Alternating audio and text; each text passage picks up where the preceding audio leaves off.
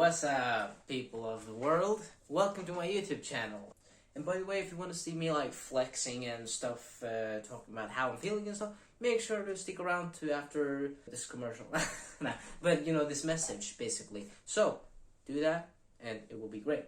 Thank you. Today we are going to go over some things about a word, and I won't hide it from you, by the way, if, it was a bit, extreme title, and that is balance. And that is because being too strict can actually have an influence on your results in a pretty bad way.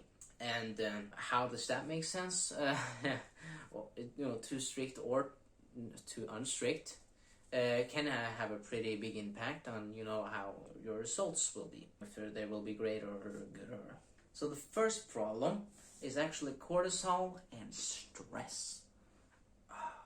That's what we all talk about now in today's society, by the way, stress and all that stuff. But I mean, it's everywhere, you know what I'm saying?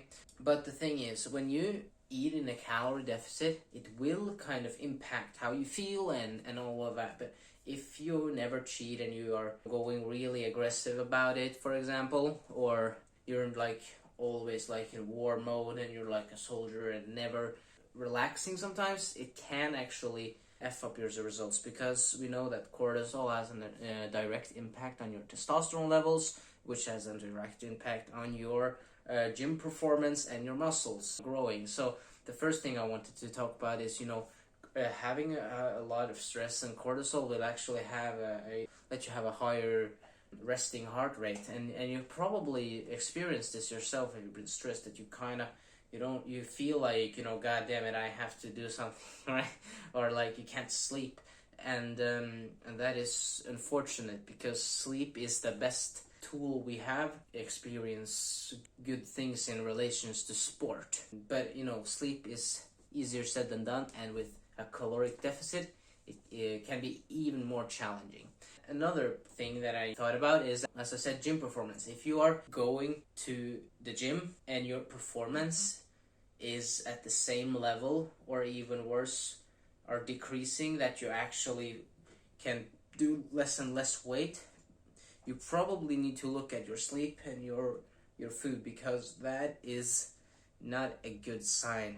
But the problem too is actually cheating too much. And I'm not talking about your side chick here. I'm talking about, getting the worst from both worlds in relation to actually, if you're being very strict for 3 or 4 days, and you get the mental strain of, actually needing to eat as you should, and then you take 4 or 3 days where you just eat whatever, it will actually give you the worst from both worlds, because at one hand, you have the negative impacts of sticking to something that is mentally and physically challenging, right? And then you eat more, and you're not getting, you might not be getting fatter, but you sure as hell aren't getting leaner.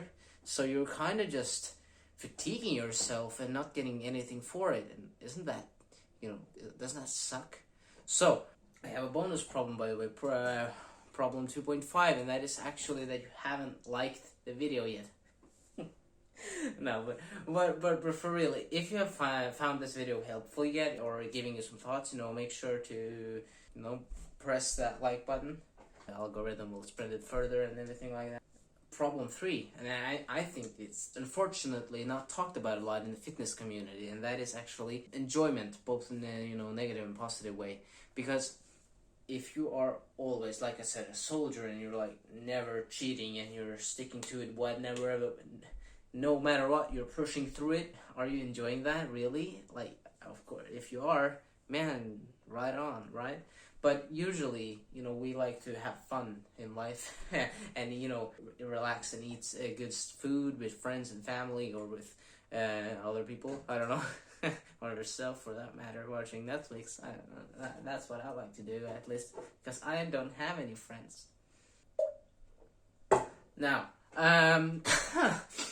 we can't go to the other side of that spectrum as well. So I think you will, if you nail that part where you are eating, getting your results, but still enjoying the process, right? Because the thing is, right, people focus too much on the destination and not the journey, and enjoyment is a big part of the journey. And realistically, right, you are spending most of your time in the journey, not at the finish line.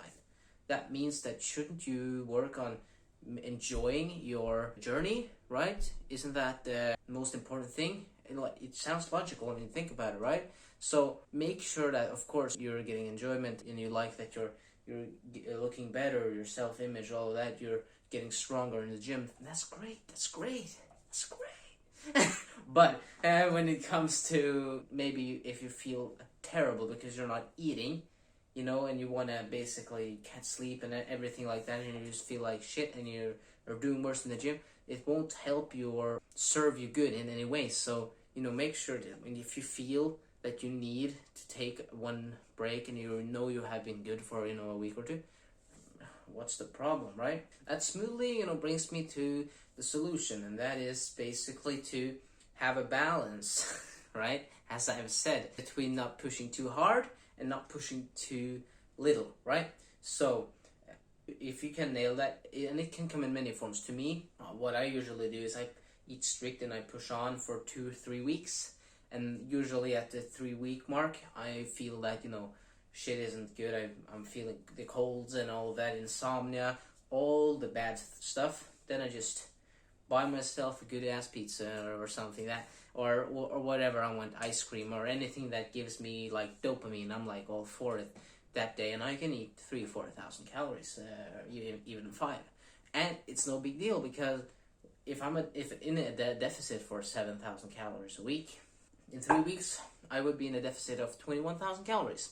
So even from a mathematics standpoint, I'm not fucking up my progress, at least not as much. But on a physiological standpoint, also, you will actually not fuck up your results at all, because when you are dieting, your glycogen levels are low, and you have about 500 grams of carbs that you can store, which are about 2,000 calories that you can store in your body that isn't fat.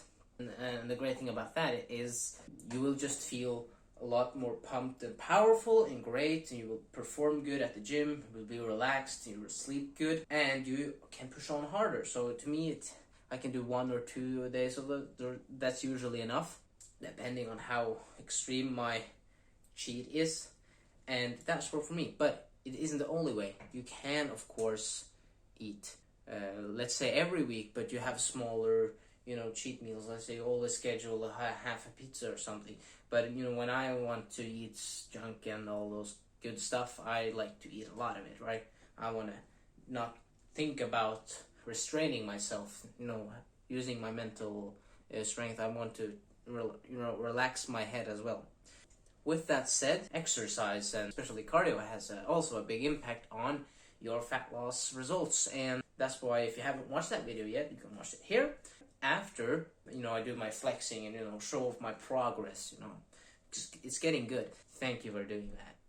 As you can see, I'm getting leaner, especially like you will notice on my stomach area. I tend to lose actually a lot of fat on my abdominal region, but as you can see when I'm turning around, I still am storing a lot of back fat, especially like on the love handles, which is pretty common for males. So I guess I am even more sure of them now than ever that I'm actually a male. But yeah, doing a bit less spread, fucking around. Here you can see a bit better, lighting. The gym lighting hits different. You can see my gains in a more defined way since I'm not as lean yet. And yeah, looking forward to get better.